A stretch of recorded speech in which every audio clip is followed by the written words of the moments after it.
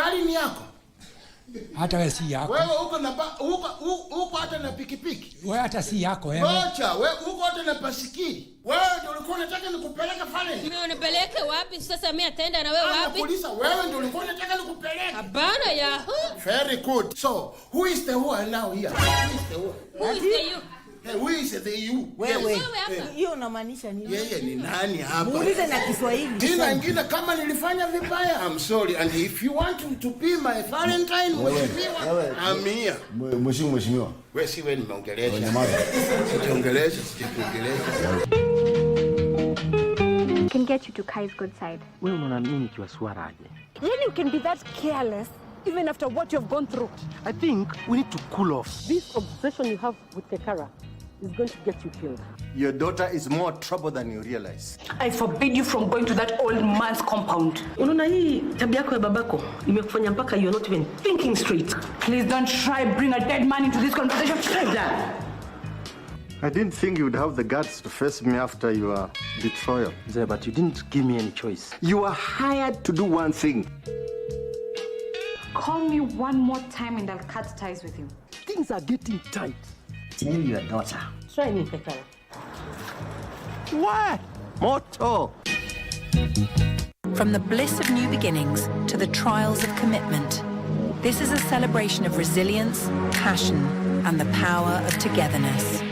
Join us as we unravel real-life stories, because every journey deserves to be cherished, for better, for worse, on KBC Channel 1.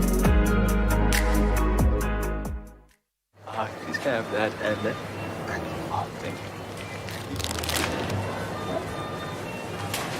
you. Yes. Ukiwin, beshte yako in your local shop win too. Hii ni the Cadbury Big Win-Win. Nunua any two participating Cadbury products. Scan QR code ama WhatsApp hi kunominate beshte yako in your local shop. Stand a chance ya kushinda share yako in cash prizes plus more. A win for you is a win for all. T's and C's apply.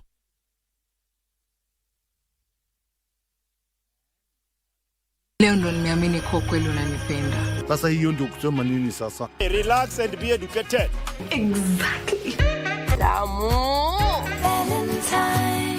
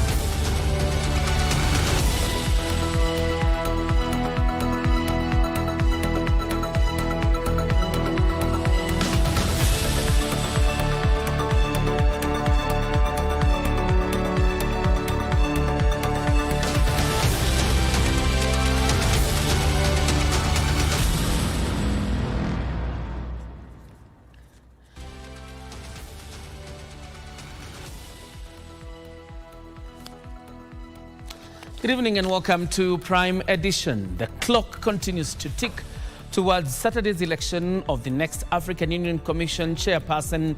Raila Odinga has offered himself for that position, competing against Mohamud Yusuf of Djibouti and Randria Mandratu of Madagascar. And KBC will be giving you a clock-to-clock update regarding that election on Saturday.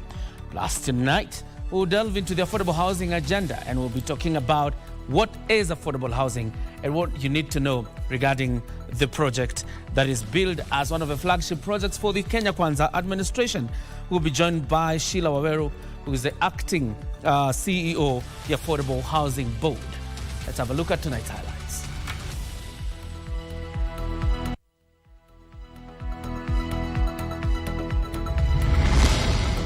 For those counts guilty and convicted as charged with regard to the offense of money laundering. Guilty as charged. former Kiambu Governor Ferdinand Waitito to be sentenced tomorrow after he is found guilty of embezzling $500 million shillings. It is going to be messy, it is going to be noisy, and it's going to have casualties. I promise. National Assembly Speaker Moses Wetangula faces impeachment threats for overturning a High Court ruling that declared Azimio the majority party, making a strong case for Raila. Mudavadi appeals to Africa to vote for Raila Odinga, terming him the Pan-Africanist that will fast-track peace and stability in the continent. And are you in a come-we-stay union? Supreme Court Judge Njoki Ndung'u says couples are unaware of the legal requirements to register their marriage within 6 months.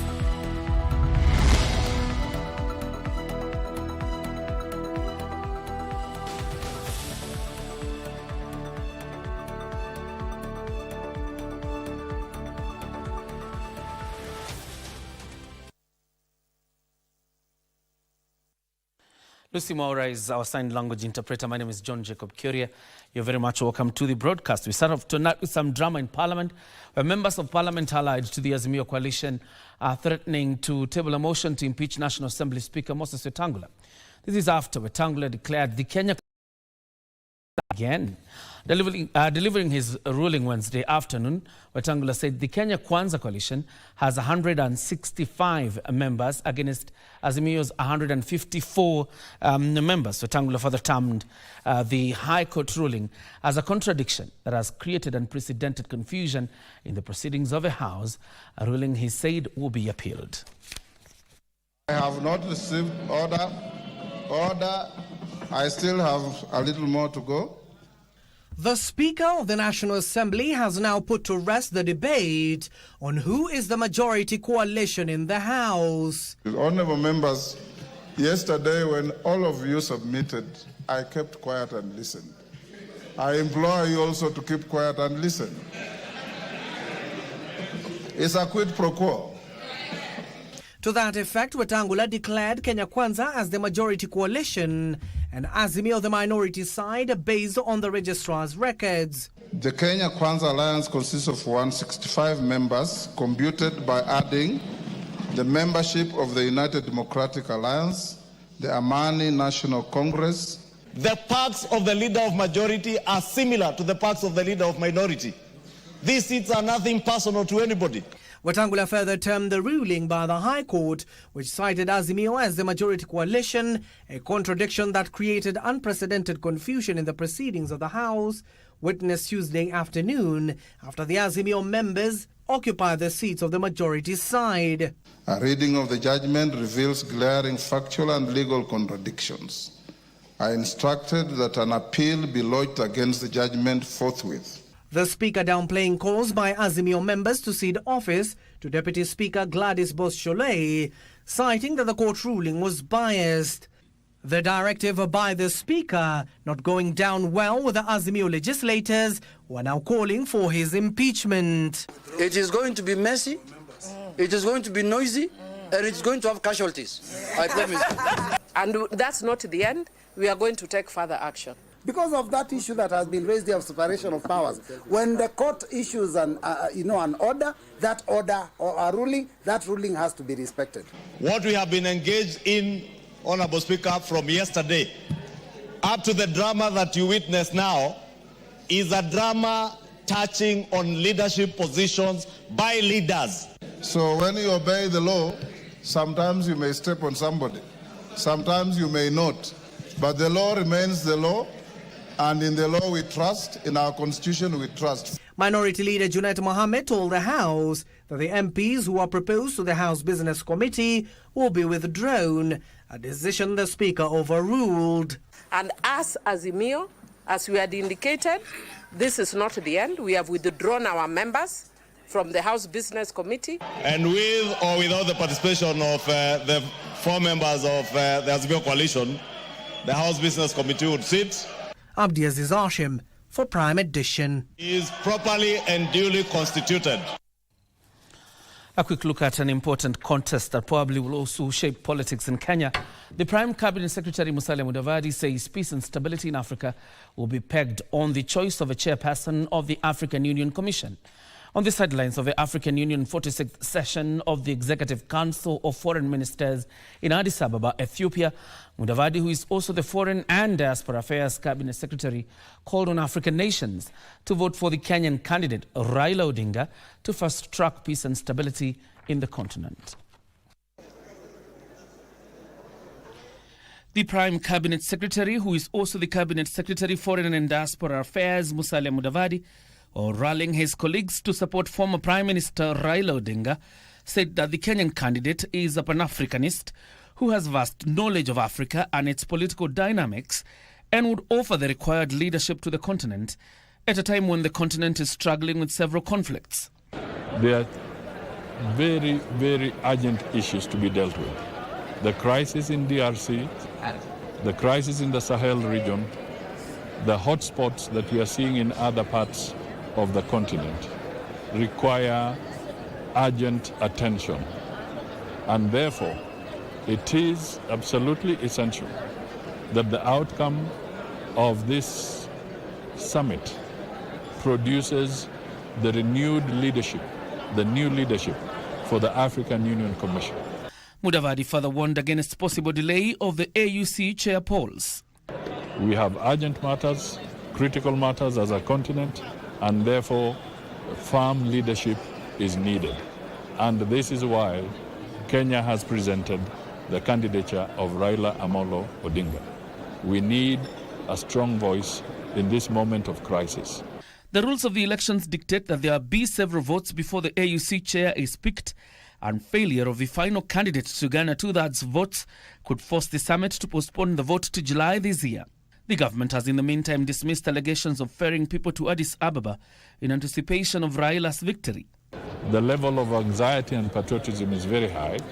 The Kenyan delegation is the standard delegation, which is normally led by the president during a summit like this.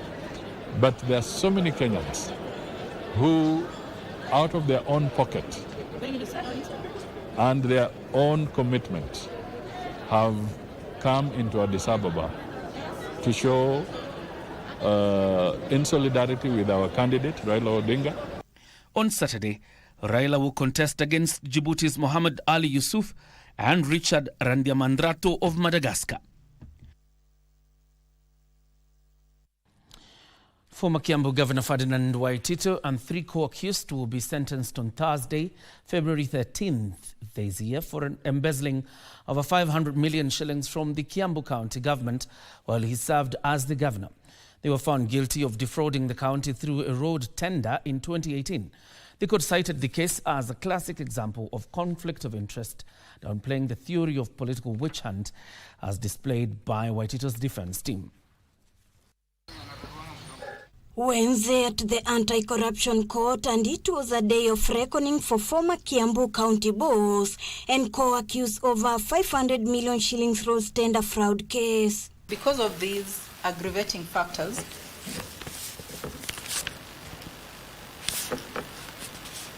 that we implore this court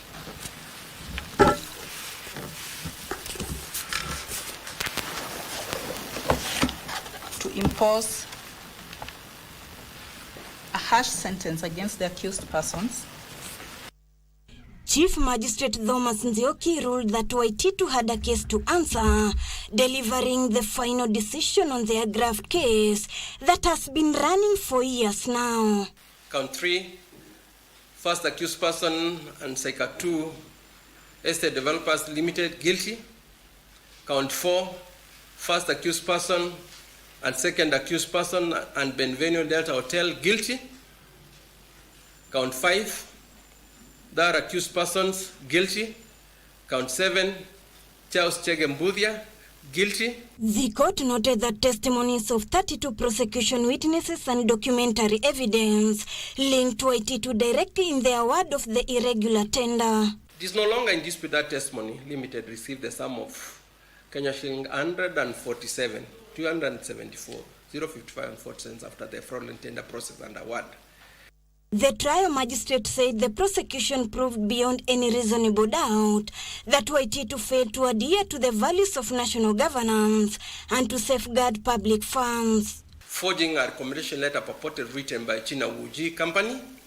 The bin document, exhibit number 8, advertised by Kiam County government for that road project tender, further required the prospective bidders to attach in their bid proof of works of similar magnitude. The court also found former roads official Lucas Wahinya, an accused in the case, guilty of disregarding every rule in the procurement law. During mitigations, the four pleaded for leniency, citing they were all first-time offenders. Their husband and wife, and that whatever sentence that is meted upon each or both of them, Your Honor, will have extremely deep ramifications, not only upon them, but also on the dependents, who are basically their children. They were charged back in July 2019 with fraud, conflict of interest, dealing with suspect property, and money laundering, among other offenses. Guilty as charged, with the prosecution citing that corruption has become a cancer menace in the country, calling for very harsh penalties for the convict. Babayao now pleads for leniency, citing that he is very remorseful, even as imprisonment awaits him tomorrow. Ruth Wamboi reporting from Milimani's Law Court. And of course, the idea tomorrow is to see how much remorseful he is and whether the judge will have noticed or taken note of the remorse. The government and development partners have put in place measures to activate early warning systems as Cabinet Secretary, East African Community, Arid and Semi-Arid Lands and Regional Development Beatrice Asku said that the state and non-state actors are on high alert to respond to any emergencies. A report released by the National Drought Management Authority, NDMA, indicates that if the long rains between March and May fail, about 1.8 million residents in 15 counties will be affected by drought. The government is prepared to take care and feed the affected population of 1.8 million people. Cabinet Secretary, East African Community, Arid and Semi-Arid Lands and Regional Development Beatrice Asku says the government is deploying a proactive approach in case of any eventuality. The projection is good because it helps in preparedness for both their partners, because you heard them say they are all in one way or another participating in the climate change management. They are also participating in resilience. They are also participating in humanitarian. So that in itself tells you the information by the NDMA is informing to their planning, is informing to their budget, equally with the ministry, so that we are able to pull together should something happen. Then we are on alert. The Ministry of ASALs, 23 counties among the ASALs. So basically the entire ASALs country will be affected, and at times it even crosses over to beyond the ASAL counties that would get affected if the rains fail. The CS called upon development partners to continue supporting collaboration efforts, humanitarian efforts, resilience building and development projects in arid and semi-arid areas. The consultation is actually meant to speak to the activities that would add value so that we don't even duplicate. We harmonize our activities, and even for us as a ministry to keep track of what every partner is doing, where, and which activity in every part of the ASAL counties. We have put in plans, mitigation measures in a situation, the drought situation worsens, and it is important to say that the weather situation is not likely to favor pastoralist areas. We are progressing into severe conditions if March, April, May season behaves as already predicted by the meteorologists, meaning that we need to start resource mobilizing. The remarks were made during a consultative meeting with development partners in Nairobi County to discuss the effects of climate change and enhance collaboration and coordination in aligning projects and programs to the government better agenda. Supreme Court Judge Justice Njoki Ndung'u claims unregistered marriages in the country were now at unimaginable proportions.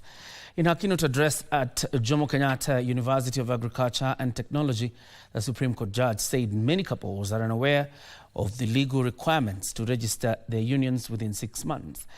Justice Ndung'u highlighted the urgent need to modernize the marriage registration process, which remains paper-based, unlike the digital systems for births and deaths. One of those. In a speech delivered to law students at Jomo Kenyatta University of Agriculture and Technology in Nairobi, Supreme Court Judge Lady Justice Njoki Ndung'u highlighted significant gaps in Kenya's family law, particularly concerning the outdated marriage register. The marriage registry is still paper. Even if you are to register, you will not be able to find. Even if you're getting married and you want to find out if the person who you're getting married to is married already, you cannot find it. While the country has made notable progress in family law reforms, Justice Ndung'u emphasized the urgent need for modernization to ensure that marriage records are easily accessible and verifiable. We will continue to have a situation where people are marrying people who should not marry people, and people will find that they are not married because they did not register their marriages, and it will continue to haunt the courts and the public in general. The Supreme Court judge also addressed the rising trend of come-we-stay relationships.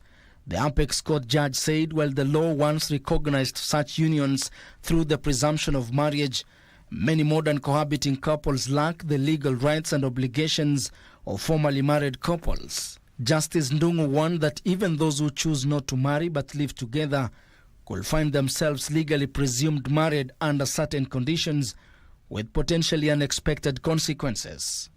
You can be considered marriage if the following parameters are present. 1, that the parties have lived together for a long time.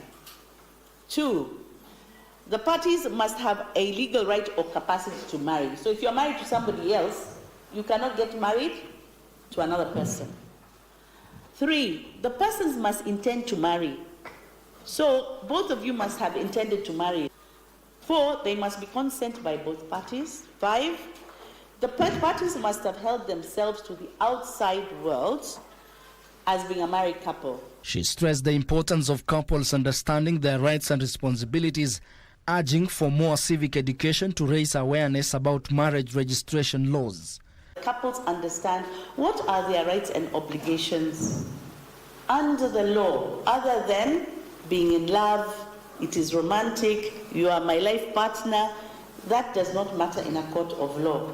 The court of law will look to see what does the law say, the law under which you got married. Ben Chumba, Prime Edition. Now to a story that will be forming the basis of a conversation tonight. Lands Cabinet Secretary Ali Swahome has denied claims that controversial Turkish businessman Harun Aydin, who was deported from Kenya in 2021, has won a tender to construct 100,000 affordable housing units. The ministry, however, said he had placed a bid for the tender but was not successful. The CS spoke after a meeting with televangelist Apostle Mainanganga, who once kicked a woman who had gone to seek help to pay rent and instead asked her to go for affordable housing units.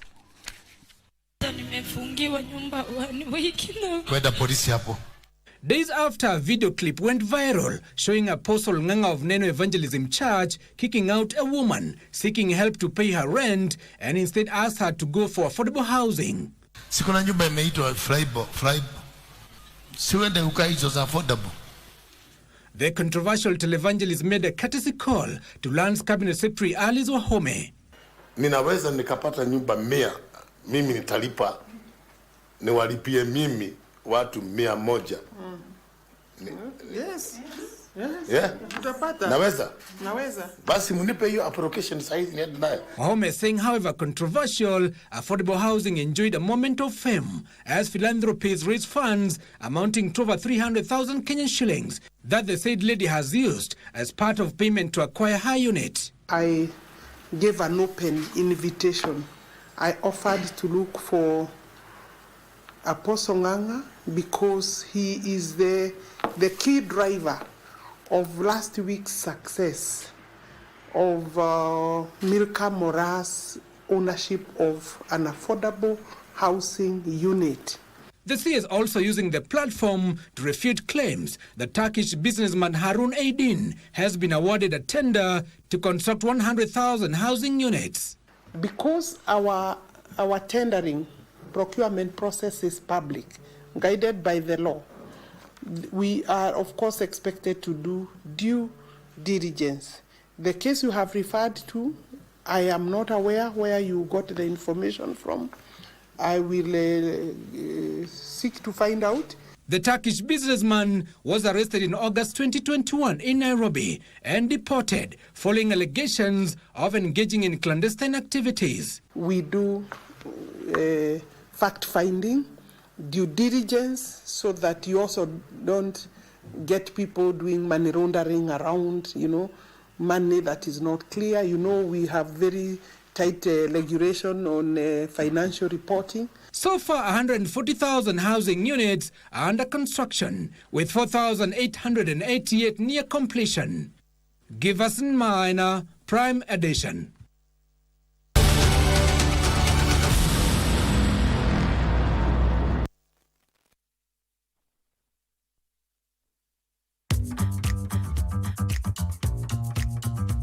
Inuka na Lotomoto 2025 ni kuchinua full kashamba kajuja mali safi worth 1.7 million Kenyan shillings na kamejiset kwa *570 hash na tushinde.com. Na ukiwahi sahau landlord, unaongezewa 1 million Kenyan shillings ya kujenga kwa shamba yako.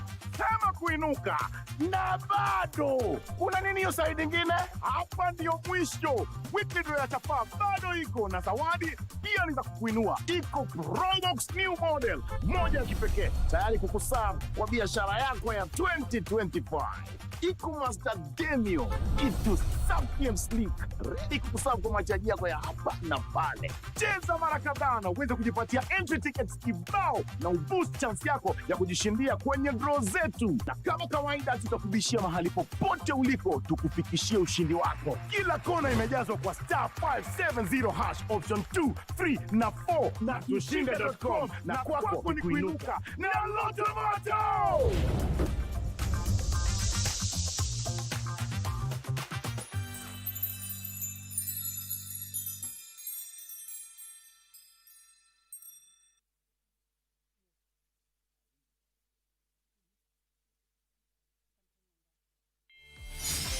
Hello, fabulous ladies. Welcome to the talk show that's all about sisterhood, empowerment, and unfiltered conversation. We will be focusing on women. We believe in women. We are really changing. We are creating a safe space for women to connect, thrive, and share. Just because you're a woman on a bike, you're labeled in a certain way. It's not just a talk show, it's a movement. When they are standing, we need to stand out. From heartwarming tales to hilarious adventures. They could ask me, Catherine, why are you learning? We are turning the spotlight on women who are breaking barriers in their individual fields. You have to have a vision. You are the leaders of Kenya today. Keeping it honest and relatable. Mental health is real. Yes. Where there is no communication, there is no relationship. Join the sisterhood every Sunday at 4 p.m. on KBC TV for Dada's Show.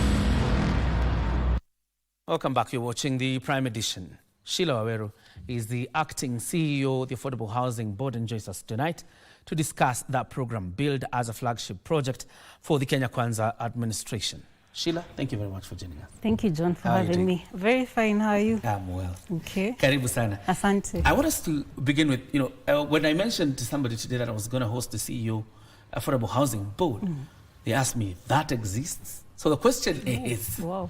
what is the Affordable Housing Board and what is your mandate? Okay. Yes.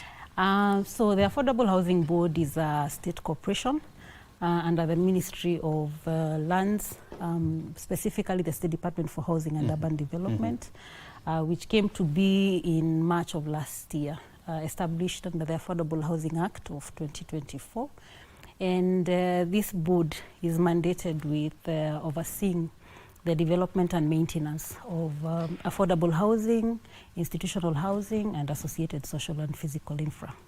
So basically, the Affordable Housing Board is what is in charge of the Affordable Housing Program, which is transiting from the State Department for Housing and Urban Development. Yes.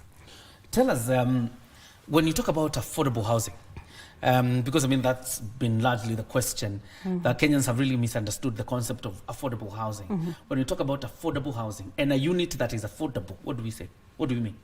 Okay. Remember, provision of housing is a mandate of the national government under Article 43 of the Constitution. So when you talk about an affordable house, this is a house that, one, is decent, is of good quality, and is a house that you can afford within 30% of your income.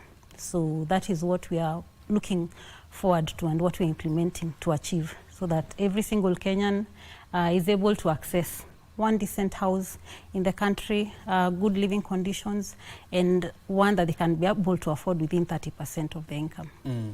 Initially, when it was being touted by the Kenya Kwanza administration, much of it looked like it would be a social program. The idea targeting tulisema mama mboga, watu wa boda, and things like that. Yes.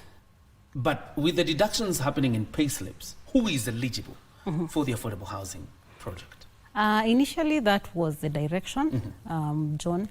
But over time, because when we talk about providing housing as a mandate of the government to all Kenyans, then you cannot focus on one segment of the population. So with this program, then we are able to open up home ownership at affordable rates for all Kenyans. We do have different categories. We do have social housing for persons who are earning below 20,000 Kenya shillings per month. That is social housing? That is social housing. Okay. We have affordable housing. We call it affordable, though all the categories are affordable. So affordable is for persons earning between 20,000 Kenya shillings and 149,000 Kenya shillings. And those earning above 149,000, that's affordable middle class. So the program and the units are open to every single Kenyan. So it's not specifically to social housing, but of course, with the realization that people who are earning lower may not have chances or opportunities to own homes, because when you're earning higher, you're able to access mortgages and so on. So our key target is those persons who are within the social category and also affordable, but the program is open to all Kenyans. Yes. Tell us about these types of units. How do I know what am I eligible for? Over and above what is being deducted from my salary? How do I know what I am eligible for? You know this by what you're earning. Okay, so that is the only parameter. So if you're earning, let's say 20,000 Kenyan shillings, then your housing should not be more than 30% of your income. That is one. But when it comes to the issue of how to access these houses, and I'll be able to delve more into that, there are other factors that are looked into. Because you could be earning, let's say, 100,000. 30% is 30,000 Kenya shillings. But when you look at your obligations, as much as you're earning 30,000, you actually don't even have that 30,000. So there are various aspects and assessments that will be done, and we are working closely with certain financial institutions to do the same. Just to be able to assess, verify your income, and also assess your ability to pay. So that, yes, we know your 30% is this amount, but what obligations do you have, what loans maybe you're paying and so on. So how much do you have available for you to be able to access this home? Yes. There have been concerns, raised by Kenyans regarding the possibility of cheating the system, and we'll talk about it. But first, let's talk about getting into the system. I have seen through the band regarding the deductions I have on my salary, or for a person really who is a beneficiary of social housing. But how do they enlist?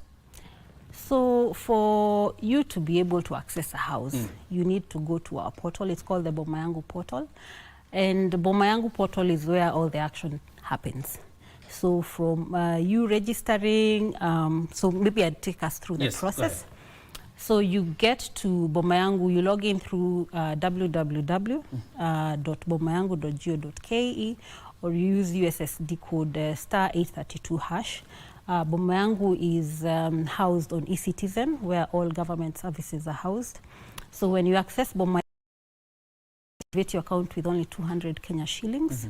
And then from there, you're able to feed in certain information that will be requested, like your income, maybe your living situation, maybe you're living with disabilities and so on. What are your obligations?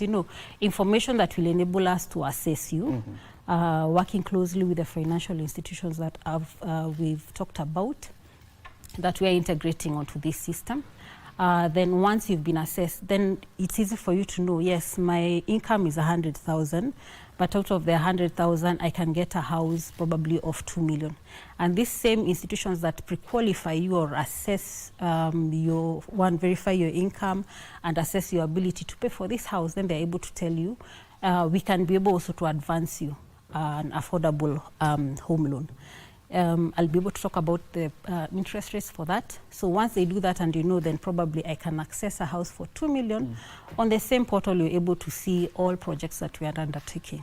So with that, knowing that, yes, I'll be able to access a house for 2 million, then you're able to select. You can say, yes, I want a house in Bahati project, maybe in Nakuru, or you want a project in Embu and so on.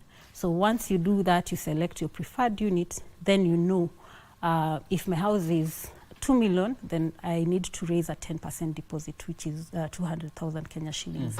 And through the same Boma Yangu, there are various channels for you to make that payment. You can save over time. You can also be able to put up a down payment at a go.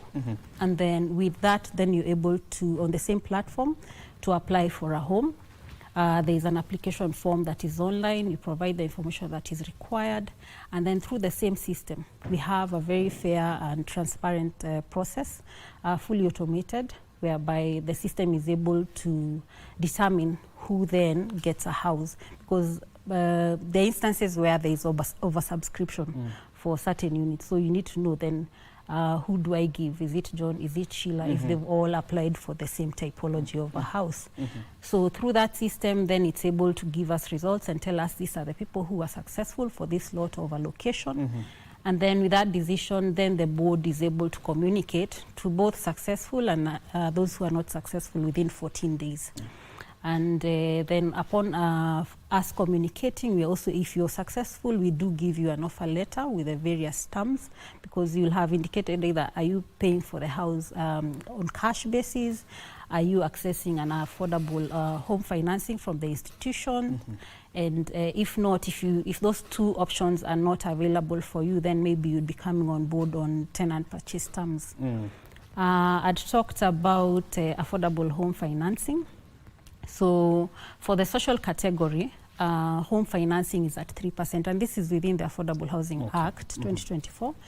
3% fixed income interest rate over a period of 30 years. For affordable housing, it's at 6%, and for affordable middle class is at 9%, all fixed over 30 years. That is interest rate? That's interest rate. Okay. So while the market may be offering financing at probably 18%, 20%, for us it's 3%, 6%, and 9% over a period of 30 years. There's a question I want to ask probably before we even get to the location of houses. And it is a system we talked about, registration, fill in your income, for example. How do you get rid of cheats? For example, if I chose to say my salary is within this band, yet it is probably way higher than that. One, we are in the process of integration, one with financial institutions, with the mobile network operators, and also with KRA, that help us also to verify, because we don't want unnecessary competition within the various categories. We don't want someone who can afford a house of maybe they're earning 100,000 Kenya shillings per month, competing for houses for persons who are within the social category, So we have ways through those integrations, and these are all institutions that are certified as data processors and handlers through the Data Protection Act. So it's very important for Kenyans to know that your data is safe, and we share it for purposes of allocation only, for income verification. So with that, then we are able to confirm, I have declared this is my interest. I mean, this is my income. And actually that is actually your income. Eventually, by being dishonest, then the system kicks you out, because by the time it's verified and we realize that the income that you declared is not the actual income, then at some point you'll be kicked out of the system. So it's very important to provide the actual income that you have. If you kick them out of the system, does it mean you will refund probably the deposit or part of the deposit that they had paid? You have an opportunity to come back and apply with, starting afresh with factual information. Honest information. Yeah. You do have that opportunity to do that. So, yes, you're kicked out at that particular moment, but not out of the opportunity to own a home. Yes. Okay. Tell us about this allocation, for example, because there are also fears expressed regarding that one ID. Because obviously through eCitizen I'll register through my ID card. Question is, will you find examples of where probably one ID has been allocated more than one affordable housing unit? No. Actually, the eligibility criteria within our Act is you must be a Kenyan of 18 years, therefore you must have an ID, you must have a KRA PIN, and you must have a valid TCC or tax compliance certificate. And through this integration, the minute you're able to key in your ID, you're able also to pull out the rest of the information. And there is no point, so the minute you allocated a unit, that ID is sort of blacklisted, such that there is no other time that it will be able to come in and get another unit. So it's one ID, one unit. Yes. Once you raise the deposit, and probably, let's say the house is complete, what happens? Because you've picked probably, you had referenced the house of 2 million. Maybe 2 million. And then a person has raised 200,000. Yes. Do you wait for the unit to complete? Or if the unit is complete, what happens? Okay. So one, it's important for Kenyans to know that we have put out right now 4,888 units that are nearing completion. They'll be completed latest by June of this year. Across the country? Across the country. Okay. And it's not that those are the only units we have. We have a total of about 140,000 units which are continuing. And for you to apply for allocation of a unit, you don't have to wait until the unit is complete, because maybe by that time everyone has applied for the same. It's better if you apply earlier. We are open to request or applications for allocation continuously. So once the unit is, if you had applied earlier, you had been allocated. Once the unit is complete, then you're able to get the offer letter. If you accept it on the terms that are also provided, you get your key. And also once you're done with your payments, right now we are in the process of just ensuring all our projects are currently built on national government land, so either national government or county government land. And the main reason behind this is to ensure that land is zero rated, and that's how we're able to maintain the costs of these houses at very affordable rates. So once we are done with these projects, and even right now as they're continuing, we are sorting out the issue around land ownership, registration, titling, and so on, because once the projects are complete, the projects transfer to the board. You know, the board doesn't undertake direct implementation. It works through implementing agencies. So once they're done with the construction, the projects move to the board, and the board is able to process sectional titles for each and every unit. So once your unit is complete, you get your keys, you've completed the payments that are due, then you are given a sectional title for your unit. I want us to take a small breath and then come back. Okay. And probably we'll talk about, I have raised the deposit. And I've not gotten the desired house, for example. I wanted in Kitengela, but then all the units have been taken up in Kitengela. What happens to me? And we'll be picking up the conversation from there. Okay. Let's take a small breather.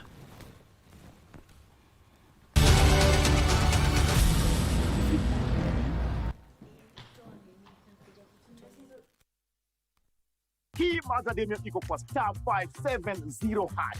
Cheza sahihi ikiwa ni option 2, 3 na 4. Ama pia unaweza cheza kwa tushinde.com. Register, deposit na ucheze. Cheza wakati wowote na ucheze mara kadhaa ili kujaza entry ticket zako kwenye draw ya ushindi.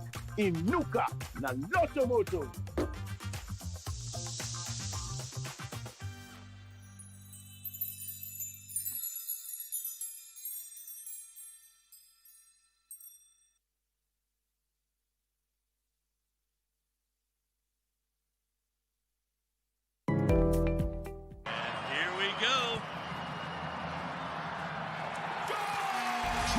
Favorite team and win big on MeChezobet.com. Casino, Aviator, and other crash games also available at MeChezobet. Sign up today. This message has been approved by BCLB license number 664. Gambling can be addictive. Play responsibly. Terms and conditions apply.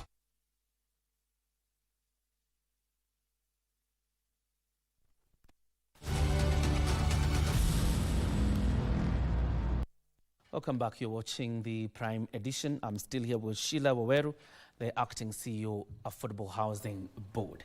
So that very question of, I wanted a house in Kitengela.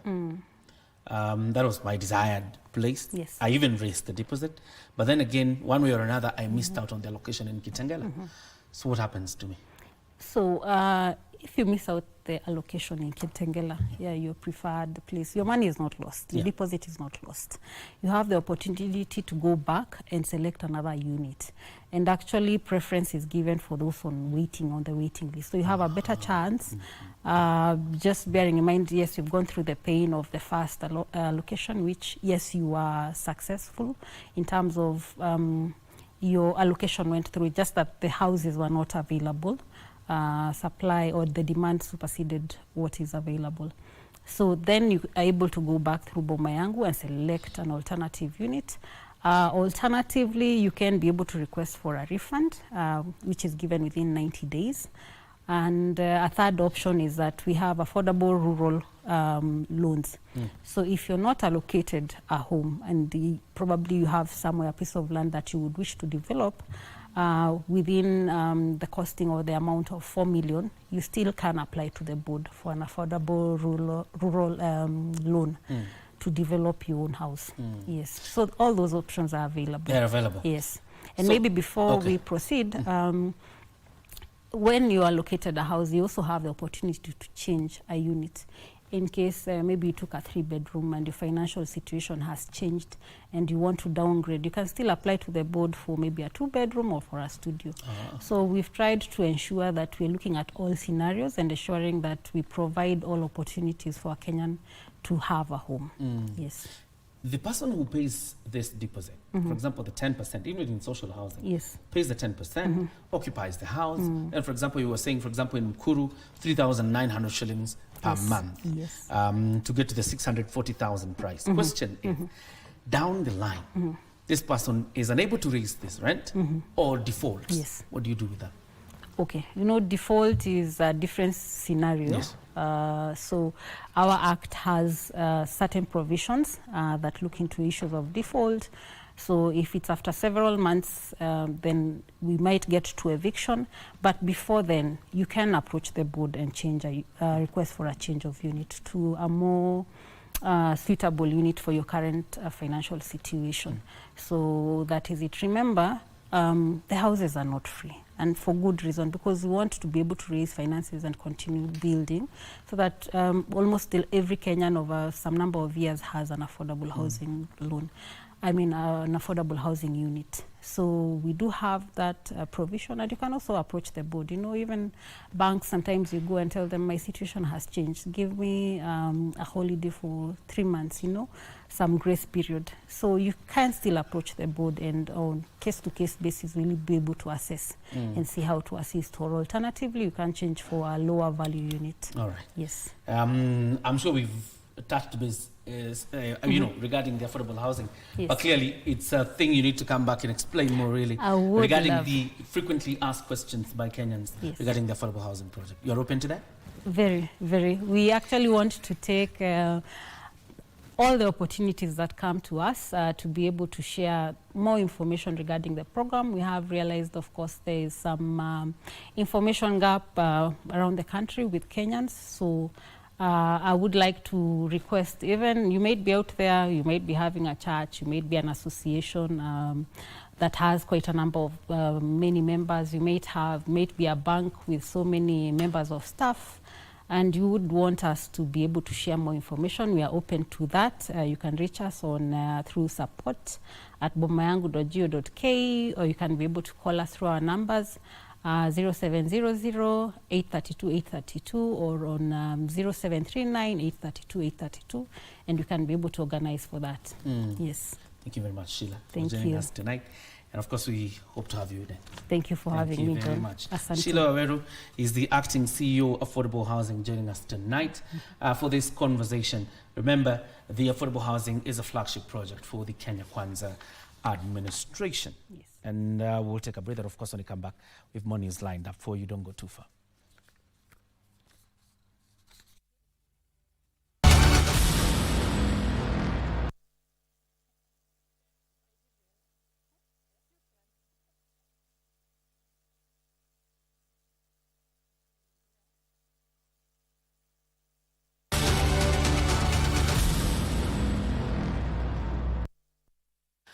Let's continue with what is happening across the nation. Nominated Senator Gloria Oroba has officially been suspended from the Senate following a ruling by the High Court that upheld a decision made by the Senate Powers and Privileges Committee in September 2023, which found she had breached parliamentary privileges. The suspension, which had been put on hold due to a court order, will now take effect immediately. Deputy Speaker of the Senate, Kathuri Murongi, made the announcement at the Senate plenary, confirming that Senator Gloria Oroba will be serving a 79-day suspension from the 12th of February to the 1st of May 2025. The office of the Clerk of the Senate is directed to enforce the dissolution of the Senate made on the 20th of September 2023 in the terms defined to above. Senator Oroba, who was on the spot for gross misconduct, had challenged the suspension in court, but lost after the High Court in Milimani dismissed her case, ruling that she was given a fair chance to defend herself, but walked out of the Powers and Privileges Committee before leaving the chambers on Wednesday. After the announcement, the senator extended an olive branch to anyone she may have wronged. Mr. Speaker. However, I do understand that also I own up my actions and I own up my space, and so therefore, as I proceed for my suspension, I do hope that those I have offended will find it in their hearts to forgive me, and that it was not my intention to put out and maybe put out the Senate to seem that I'm trying to ridicule this upper house. Meanwhile, the National Assembly will now commence its business on Thursday afternoon after approving a new House Business Committee. Leader of the minority party, Junet Mohammed, had objected to including the opposition members in the committee, but the objection was overruled. Mr. Speaker, before you put the question, I have been asked to convey to you on the floor of the House that we have withdrawn our members from the House Business Committee, Mr. Speaker. Yes. So it will be a nullity for the House to pass the membership from our side, Mr. Speaker. Now you can consider me as majority or minority, whichever way you can take. And I repeat, no member listed on this motion has been withdrawn, because the withdrawal of any member on a motion like this can only be through an amendment to the motion. The reconstitution of the committee was interrupted on Tuesday afternoon when the August House resumed its sitting following a standoff between members of the majority and the minority parties. For Prime Edition, I'm Gladys Mungai.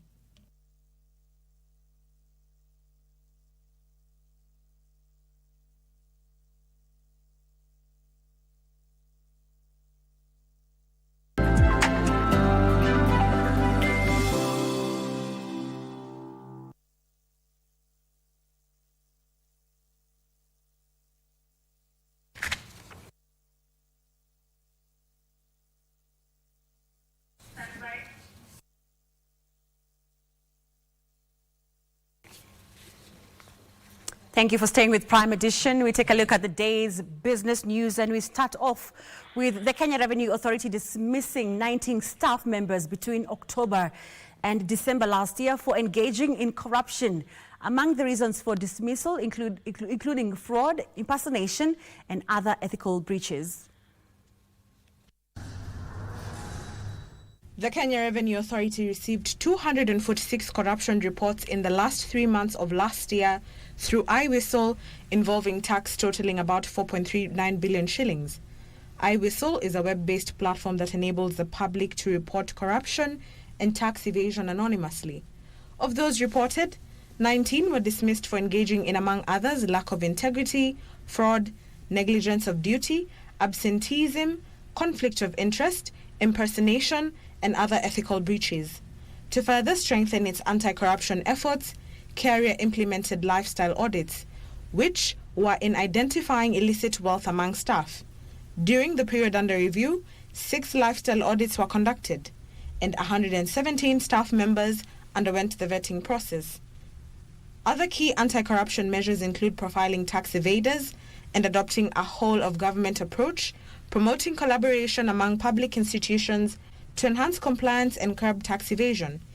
Kenya Revenue Authority Commissioner General Humphrey Watanga says, "We cannot afford to turn a blind eye to those who abuse our systems.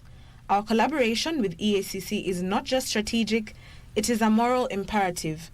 We will establish a robust framework that not only deters tax evasion, but also imposes strict penalties on those who facilitate such evasion, ensuring accountability for their actions." Nduta Mukami for Prime Edition. Poor customer service and high charges and fees are the top reasons for banking customers switching banks. The Banking Customer Satisfaction Survey of 2024, released by the Kenya Bankers Association, shows that mobile and internet banking continue to maintain dominance, reflecting consumers' shift to digital fast solutions. There are over 51 digital credit company providers licensed to operate in the country, approved by the Central Bank of Kenya as of mid-2024. Of those, some have been accused by consumers through the Competition Authority of Kenya of deploying predatory tactics in recovering loans. But why do consumers continually prefer these lenders as opposed to banking institutions? Many consumer complaints from the fintechs and digital credit loan providers. It is high time that banks should consider coming up with innovative products and using the latest technologies to reach these people and extend the same high-quality service to them as well. The Kenya Bankers Association Banking Customer Satisfaction Survey 2024 shows that 56.5% of Kenyans prefer to access banking services through automated self-service solutions such as mobile apps or internet banking. Digital channels are still strong, and even customer sentiments are to the effect that banks need to invest more in the digital channels and be more interactive in engaging with customers. Uptime also, it's an issue that people have said, yes, we've moved to the digital channels, we've moved to the web, but there are times when the systems are down, so that's some sentiments that we've been able to pick up. The report indicates that 46% of respondents pointed to high fees as primary reasons for switching banks or moving to other type of lenders. Further, nearly half of Kenyans currently hold accounts with 2 or 3 banks, while 36.7% remain loyal to a single bank. However, there's a section of Kenyans shying away completely from the banking system due to high banking lending rates. The interest rates that they charge, those are the key complaints that we are getting from customers. Their failure to actually pay the loans that they have taken. So my commitment is on the fact that loans, the interest rates on loans are coming down, and that's immediate. It's not now an aspect of delay, because we appreciate central bank's gradual steps that they have taken from August. So that has helped us actually to be able to balance with our deposits. Overall, stakeholders agree that adoption of technology is one of the main factors in winning more users into the banking sector. Alan Auko, Prime Edition. The Tourism Regulatory Authority has recommended cancellation of the work permit of a top manager working at Tighter Hills Resort and Spa and Salt Lake Game Lodge after investigations reveal that the manager has been racially profiling, verbally abusing and physically harassing employees. Tourism Regulatory Authority Chairman Benjamin Washiali has given the facilities directors 30 days to resolve grievances by employees, including establishing a clear human resource policy and issuing formal contracts. The controversy surrounding Tighter Hills Resort and Salt Lake Game Lodge escalated last week after leaked CCTV footage showed a top manager was allegedly acting aggressively towards employees. This triggered an investigation by the Tourism Regulatory Authority, which has now confirmed reports of racial discrimination, verbal and physical abuse, and violation of workers' rights, including denial of leave and off days. We are investigating quite a number where general managers are using vulgar language on staff, they are mistreating staff, and we are saying that has to stop.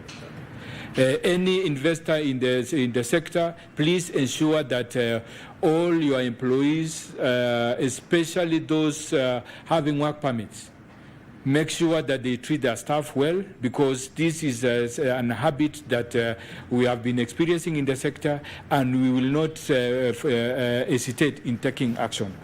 And I can assure you, and we want to assure Kenyans, that the regulations in the tourism sector will be properly carried out.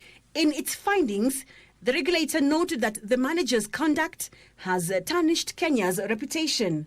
All investors in the sector, directors, owners of facilities, if they want to bring on board a foreigner, please ensure that the work permit passes through us as a regulator to the Ministry of Tourism and Wildlife, who will do recommendation to immigration. Washiali has directed the hotel directors to urgently address employees' concerns, including the lack of a human resource policy, ensuring fair promotions, and issuing formal contracts. That's the end of business, but we have more news on our website, including commercial banks that have publicly reduced lending rate to reflect a lower benchmark central bank rate. My name is Ori Mujenga. Have a good night. On the other end of the studio, we have Karen Kibet with the day's sports.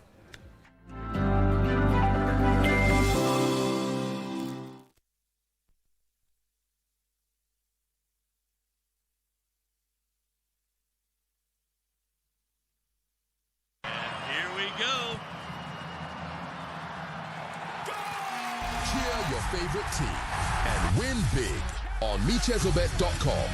Casino, Aviator, and other crash games also available at MeChezobet. Sign up today. This message has been approved by BCLB license number 664. Gambling can be addictive. Play responsibly.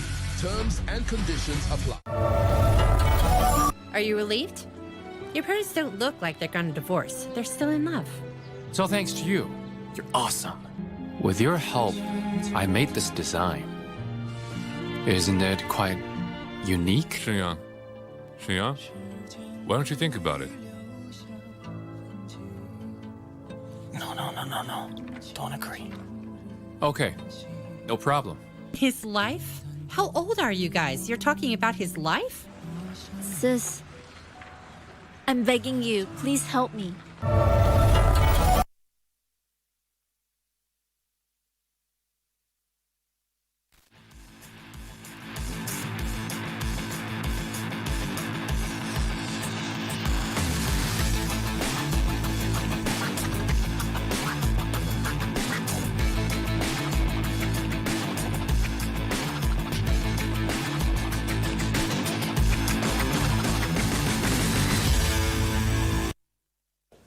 A very good evening to you. I do hope you're holding up well. My name is Karen Kibet. Let's now take a look at what's making headlines in the world of sports.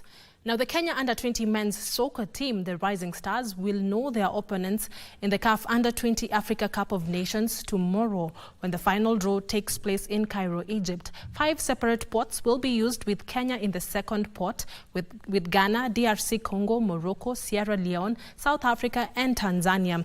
Kenya's Rising Stars qualified for the CAF Under-20 Africa Cup of Nations for the first time when they beat Burundi in the semi-finals of the CECAFA qualifiers to reach the finals, where they eventually lost to Tanzania, who will be joining them in the finals. Other teams who qualified for the tournament include Egypt, Nigeria, Zambia, Senegal and hosts Cote d'Ivoire.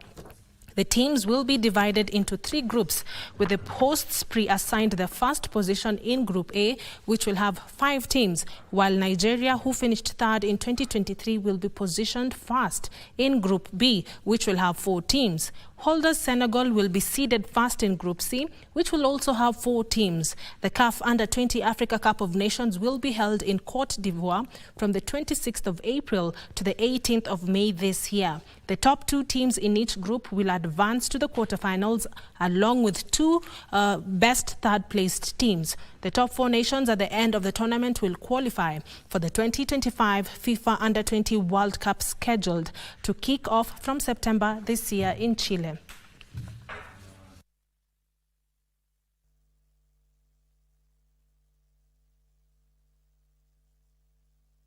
Moving on, reigning 10-kilometer world record holder Agnes Jebet Ngetich is among the top athletes who will participate in the 4th edition of the Absa Sirikwa Classic World Cross Country Tour, to be held at the Lobo Village in Kapseret on the 22nd of this month. Now, according to the organizers, only top-ranked athletes and those cleared off by doping by World Athletics and the Athletics Integrity Unit will be invited for the core events. The local organizing committee has already completed a route mapping, which will be for the first time see the introduction of a water sprinkler as part of the obstacles. Athletes will battle in the mixed relay, 10-kilometer senior races and the under-20 junior men and women races, with the winners of the senior races set to be rewarded 780,000 shillings, while silver medalists will pocket 650,000 Kenya shillings. Bronze winners will be rewarded 520,000 shillings. We picked 60 of those athletes who were from number 1 to number 60 because of the rankings there. Because this is an invitation, we are not going to allow anybody else outside that. The World Athletics Senior Program Manager Alice Arnibal emphasized on the need for Kenyan athletes to run clean. Like I always say when I speak, I'm obliged to talk about doping. We have to stop this, but we are damaging our reputation. Sirikwa Cross Country is the only gold-level cross-country competition in Africa and was introduced in the World Athletics calendar in 2022. The competition has also attracted local and international athletes from Poland, Uganda, Ethiopia, Tanzania, the Czech Republic, Germany, Ukraine and India. Kukuja kukompete kwa hii race, it's just like a build up because I'm looking forward for Grand Slam and World Championship in Tokyo. The organizers of the Magical Kenya Open have announced that 2 extra slots have been allocated to the local professionals. This was revealed during a fundraising auction held on Tuesday night for Kenyan golfers who will compete at the DP World Tour event. And 6 amateurs received 3.32 million shillings in kit and equipment sponsorship. The funds were raised at an auction held on Tuesday night at the golf park in Nairobi and organized by the Kenya Vision 2030 Delivery Secretariat. And for me, it's a strong conviction I have that the guests of honors, the most important people at Magical Kenya Open, are our Kenyan pros and caddies. Doesn't matter how much you're bringing on the table, as long as it is money and there is a tournament to be played, we are ready to play and we are ready to partner with anyone who is willing to partner with PGK. If at all you can have such a noble idea by Mr. Ken, I'm sure we're going to get there, and for sure you'll see most of our pros, making those cuts. Meanwhile, the DP World Tour event received a boost of 40 million shillings from Kenya Breweries Limited through their Johnny Walker brand. The Magical Kenya Open takes place from the 20th to the 23rd of February and has a prize fund of 320 million shillings. For Prime Edition, I am Daniel Wahome. Upcoming players who recently earned call-ups to the national women's soccer team Harambee Starlets will be banking on the experience gained while playing for the junior team at the 2024 FIFA Under-17 Women's World Cup to make the final team that will face Tunisia in the 2026 Africa Women's Cup of Nations qualifier. The first leg of the Africa Cup of Nations qualifier is set to be played on the 21st of February at Ulinzi Sports Complex in Nairobi. The reverse fixture is scheduled 4 days later in Tunisia. Head coach Beldino Demba has already embarked on training, with 26 players having reported to the residential camp in Kasarani out of the 36 that were named in the provisional squad. If Kenya gets past Tunisia, they'll play Cameroon in the final round of the qualifiers. Harambee Starlets is seeking to make its second appearance at the Women Africa Cup of Nations finals after qualifying for the first time in 2016. Tumepata exposure. That's why venye tumetoka hivi World Cup, tumepata hiyo experience. Tukakuja huku hivi na through God nikapata hiyo chance, nikapata call up ya senior team. Timu ukilinganisha na hizo camps zingine iko a little bit different. Unakutana na ma internationals, unapata experience kutoka hapo, kitu wanafanya, unaangalia, so napata easy time ya kuobserve mafans wote wenye wanatazama, tutawaangusha kwa hii Tunisia, tunaenda kumake it.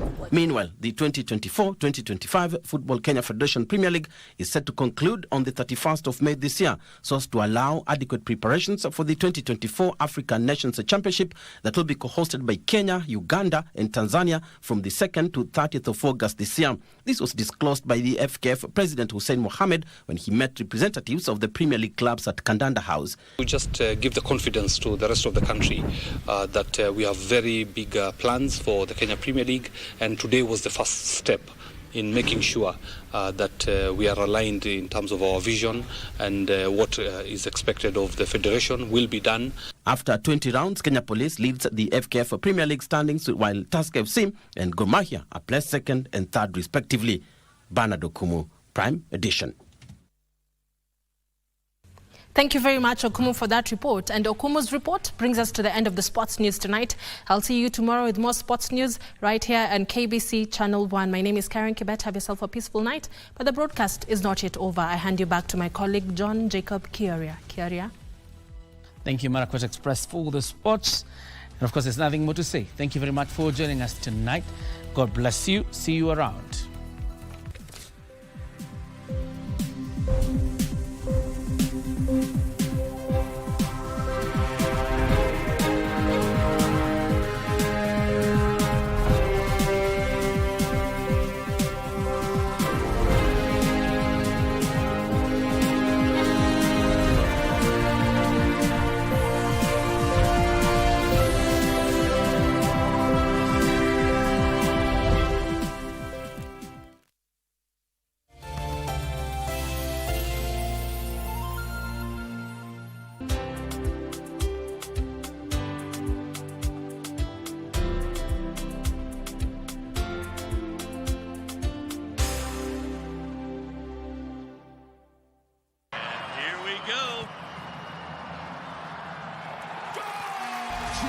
Favorite team and win big on MeChezobet.com. Casino, Aviator, and other crash games also available at MeChezobet. Sign up today. This message has been approved by BCLB license number 664. Gambling can be addictive. Play responsibly. Terms and conditions apply. Ama mheshimiwa ulikuwa tu Valentine yangu. Sikia. Wewe. Kali ni yako. Hata wewe si yako. Wewe uko hata na pikipiki. Wewe hata si yako wewe. Acha, wewe uko hata na pasikili. Wewe ndio ulikuwa unataka nikupeleke Valentine. Mimi unipeleke wapi? Sasa mimi ataenda na wewe wapi? Nakuuliza wewe ndio ulikuwa unataka nikupeleke. Habana ya. Very good. So, who is the who now here? Who is the who? Who is the you? Hey, who is the you? Wewe. Hiyo unamaanisha nini? Yeye ni nani hapa? Muulize na Kiswahili. Jina ingine kama nilifanya vibaya, I'm sorry. And if you want to be my Valentine, I'm here. Mheshimiwa. Wewe si wewe nimeongelesha. Sijaongelesha. Are you a talented artist? Or are you passionate about a topic you want to discuss? But money can be very hard to find for an upcoming artist. Don't worry, Studio Mashinani has got your back. Sign up on ajira.co.ke to book a session with our music and video producers across the country. Work on your music, jingles, spoken words, and even podcasts to realize your dream. All for free. Studio Mashinani, Radani Talent.